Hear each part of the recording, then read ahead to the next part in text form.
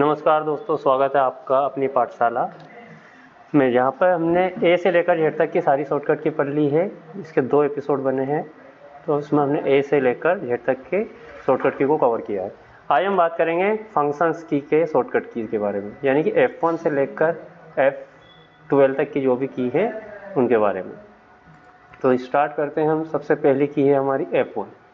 F1 की से होता है शो हाइट रिबन, यानी कि रिबन बटन जो रहता है, रिबन बटन पहले कहाँ पे रहता है मैं बता देता हूँ आपको। होम से लेकर डेवलपर तक का जो भी सभी टूल्स है इनको हम रिबन बटन बोलते हैं।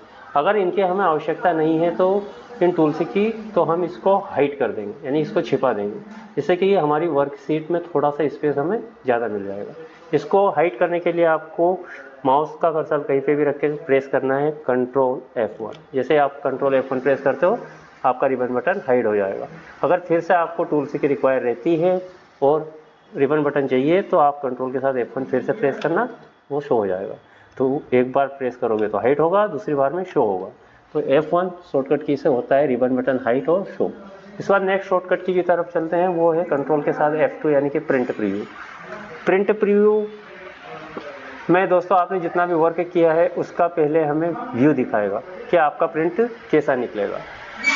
तो प्रिंट प्रीव्यू निकालने के लिए आपको कंट्रोल के साथ F2 प्रेस करना है, इससे कि आपने जो भी वर्क किया है उसका प्रिंट प्रीव्यू आपको नज़र आएगा।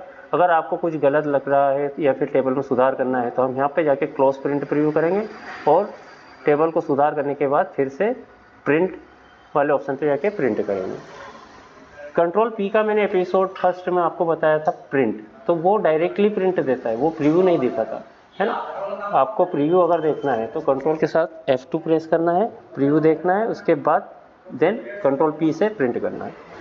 इसके अलावा F2 का एक और उपयोग है एडिट सेल। एडिट सेल का मतलब ये होता है, जैसे किसी सेल में मैंने नाम लिखा, यहाँ पे इस सेल में मैंने लिखा हुआ है कंप्यूटर। अब मैंने इस सेल के बाहर एंटर प्रेस करके बाहर आ गया।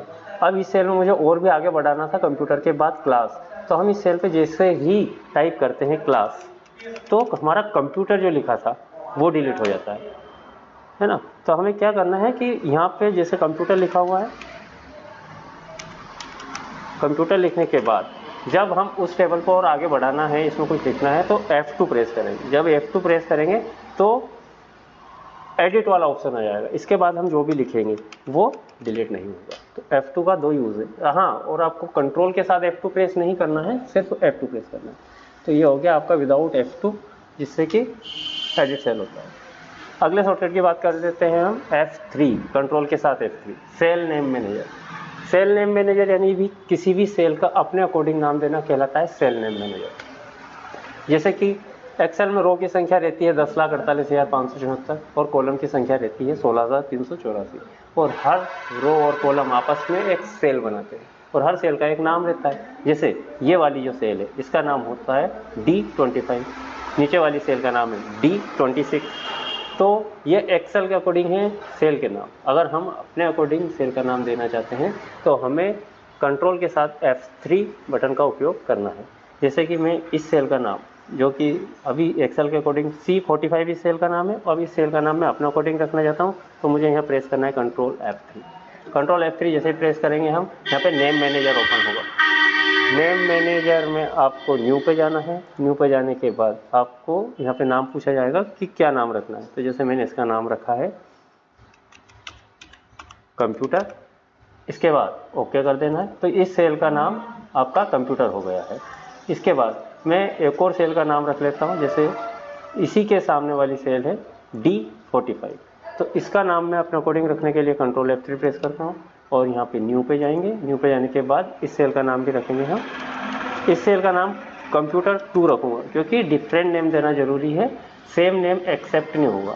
तो मैंने यहाँ डिफरेंट नेम 2 लिखा है, इसमें कंप्यूटर 2 ओके कर दिया। अब दोनों सेलों के नाम हमने रख दिए हैं, कंप्यूटर और कंप्यूटर 2। अब हमें इन दोनों सेलों में कोई सी वैल्यू पुट कर लेनी है। जैसे इसमें मैंने 500 लिखा है और इसमें मैंने 300 लिखा है। इन दोनों सेलों का अगर मुझे टोटल लगाना है कहीं दूसरी जगह पे जाके, दूसरी सेल पे जाने के लिए मैंने एपिसोड फर्स्ट में बताया है कंट्रोल G के साथ गो टू सेल होता है। तो कंट्रोल G प्रेस कर रहा हूँ मैं और यहाँ पे सेल रेफरेंस से मैंने दिया A100।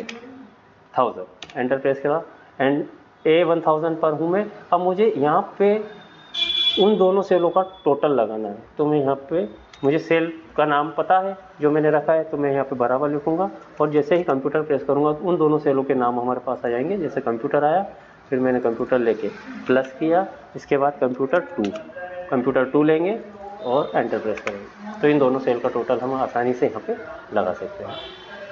फिर से चलते हैं हम हमारी सेल पर ही। तो कंट्रोल के साथ F3 प्रेस करने से आता है सेल नेम मैनेजर। इसका उपयोग VLOOKUP फॉर्मूले में हम यूज़ करेंगे जब एक टेबल से दूसरी टेबल पर डेटा को हमें VLOOKUP फॉर्मूला लगाना रहेगा। फिलहाल अगली शॉर्टकट की के बारे में बात करते हैं F4 से होता है क्लोज द प्रोग्राम, यानी कि कंट्रोल W और कंट्रोल F4 दोनों का एक ही वर्क है जो कि हमने यहाँ पे पढ़ा था। कंट्रोल के साथ W क्लोज द प्रोग्राम और कंट्रोल के साथ F4 यानी close the program. Control F4 press करेंगे तो यहाँ पे ये सेव करने का पूछेगा, अगर आप सेव करना चाहते हो तो यस, नहीं करना चाहते हो तो नो या फिर कैंसिल कर दीजिए। यही वर्क कंट्रोल W के साथ भी होता है। इसके बाद आता है आपका नेक्स्ट शॉर्टकट की कंट्रोल के साथ F6 यानी कि स्विच प्रोग्राम इन टास्क बार। जैसे कि अभी हमारे टास्क बार में एक्सेल की सिर्फ एक फाइल है ना। अगर मैं फाइल बढ़ा लेता हूँ, फाइल बढ़ाने के लिए क्या करना है आपको, नई फाइल लेने के लिए कंट्रोल N, एपिसोड नंबर 2 में मैंने बताया है कंट्रोल N का यूज़। अगर आपने नहीं देखा है वो वीडियो तो उस वीडियो को आप पहले देख लीजिएगा ताकि समझ में आए। अभी मैंने कंट्रोल N से नई फाइल ले ली है, अब टास्क बार में हमारे पास 2 फाइलें हो गई है ना। अब मुझे एक फाइल से दूसरी फाइल पे स्विच करना है। जैसे मैं अभी हूँ शॉर्टकट की वाली फाइल पर और दूसरी वाली फाइल जो मेरे टास्क बार में है इस पे जाके स्विच करना है, तो मुझे प्रेस करना है कंट्रोल के साथ F6 से जैसे प्रेस करूँगा मैं टास्क बार में जितनी भी फाइलें रन कर रही होती है उन पर हम स्विच कर जाते हैं। अब मुझे पुरानी फिर से फाइल पर जाना है तो हम यहाँ पर कंट्रोल के साथ F6 प्रेस करेंगे, फाइल स्विच हो जाएगी। अगली शॉर्टकट की है कंट्रोल के साथ F9 यानी कि मिनिमाइज सीट। अब अगर मुझे इस सीट को मिनिमाइज़ करना है, मैं इस वाली फाइल को क्लोज कर रहा हूँ, मिनिमाइज़ करना है तो कंट्रोल के साथ F9 प्रेस करना है जिससे कि फाइल मिनिमाइज़ हो जाएगी। और फिर से अगर मैक्सिमाइज़ करना है आपको तो कंट्रोल के साथ F10 प्रेस कीजिएगा तो आपकी सीट मैक्सिमाइज़ हो जाएगी, जो कि माउस से यहाँ से होता है मिनिमाइज़ करना और मैक्सिमाइज़ करना। तो control F9 minimise, control F10 maximise. Next shortcut की बात करते हैं कंट्रोल F2 यानी कि ओपन। कंट्रोल O के का जो हमने पढ़ा था उसी का सेम है कंट्रोल F12 यानी कि ओपन करने के लिए। कंट्रोल O हमने जो पढ़ा था इससे ओपन होता है। ये एपिसोड नंबर 2 में पढ़ा है हमने कंट्रोल O ओपन करने का। तो कंट्रोल के साथ O प्रेस कर रहा हूँ मैं, इससे भी ओपन वाला बॉक्स आएगा जो कि क्या करता है, आपकी पहले से कोई सी फाइल कंप्यूटर में सेव हो और अगर उसको ओपन करना है तो हम करंट फाइल में रहते हुए किसी भी सेव फाइल को ओपन कर सकते हैं, है ना। तो इसी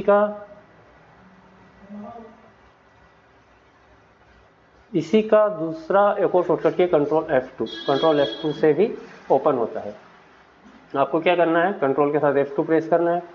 कंट्रोल F2 प्रेस करा मैंने और फाइल आपकी कंट्रोल F12 प्रेस करा मैंने और फाइल आपकी ओपन हो गई। तो कंट्रोल F12 और कंट्रोल O दोनों का एक ही वर्क है। इसके अलावा अगर आप डायरेक्टली F12 प्रेस करते विदाउट कंट्रोल के तो सेव अस होगा, इससे फाइल सेव अस होती है। ये वाला ऑप्शन रहता है आपका ऑफिस बटन में, 4th ऑप्शन, इससे कि एक फाइल की 2 फाइलें बनाने के काम आता है ना। तो ये वाला अगर विदाउट कंट्रोल F12 प्रेस करते हैं तो सेव अस होता है और कंट्रोल के साथ F12 प्रेस करते हैं तो ओपन होता है। तो दोस्तों ये हमारी F1 से लेकर F12 तक की सारी शॉर्टकट कीज हो गई है। इसको आप प्रैक्टिस कीजिएगा, रटना नहीं है। A से लेकर Z तक की आपको शॉर्टकट की देखनी है तो एपिसोड 1 और एपिसोड 2 आप देख लीजिएगा और एपिसोड 3 में मैं आपको F1 से F12 तक की सारी शॉर्टकट की बताइए। इसके अलावा कुछ शॉर्टकट की और भी है जिसके बारे में हम नेक्स्ट वीडियो में बात करेंगे। तब तक के लिए जय